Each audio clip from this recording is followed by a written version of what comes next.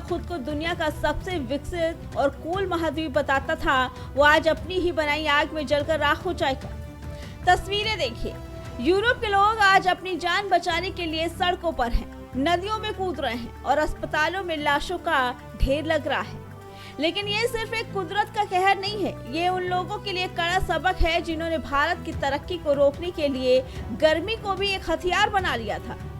आज जब यूरोप का सीना फट रहा है तो उन्हें वो दिन याद आ रहे होंगे जब उन्होंने भारत के विकास को बदनाम करने के लिए झूठ की पूरी फैक्ट्री खोल दी थी।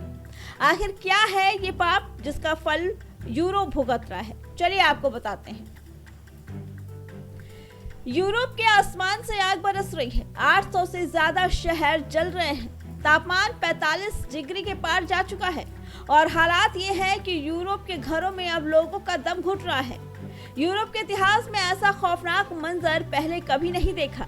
जो लोग अपनी जान बचाने के लिए पागलों की तरह नदियों में कूद रहे हैं, लेकिन पानी का ये ठंडा एहसास कई लोगों के लिए आखिरी साबित हो रहा है। स्पेन, फ्रांस और यूके में 400 से ज्यादा मौतें किसी हॉरर फिल्म की तरह डरा रही हैं। लेकिन इन मौतों और इस तबाही के पीछे का जो असली चेहरा छिपा है, उसे जानना बेहद जरूरी है।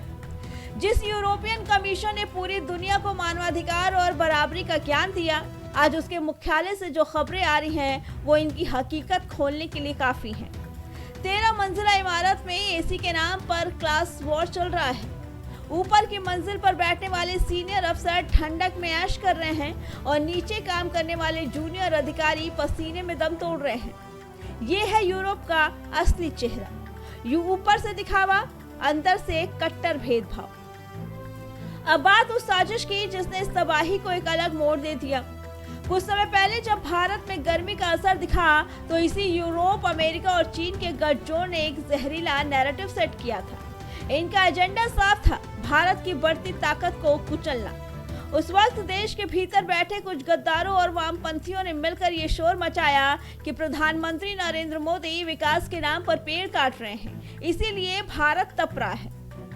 लेकिन असल दर्द पेड़ नहीं, ग्रेट निकोबार प्रोजेक्ट था।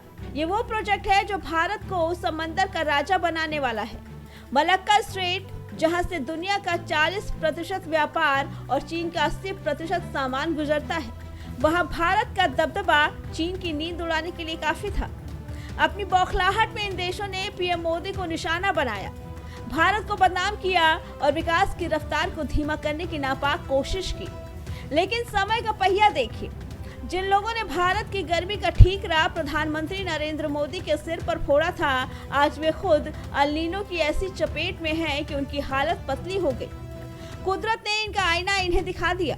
भारत को ज्ञान देने वाले आज खुद अपनी ही बस्तियों में मर रहे हैं। ये महज एक हीट वेव नहीं है, ये उन ताकतों के लिए एक चेतावनी है जिन्होंने भारत के विकास को रोकने का पाप किया।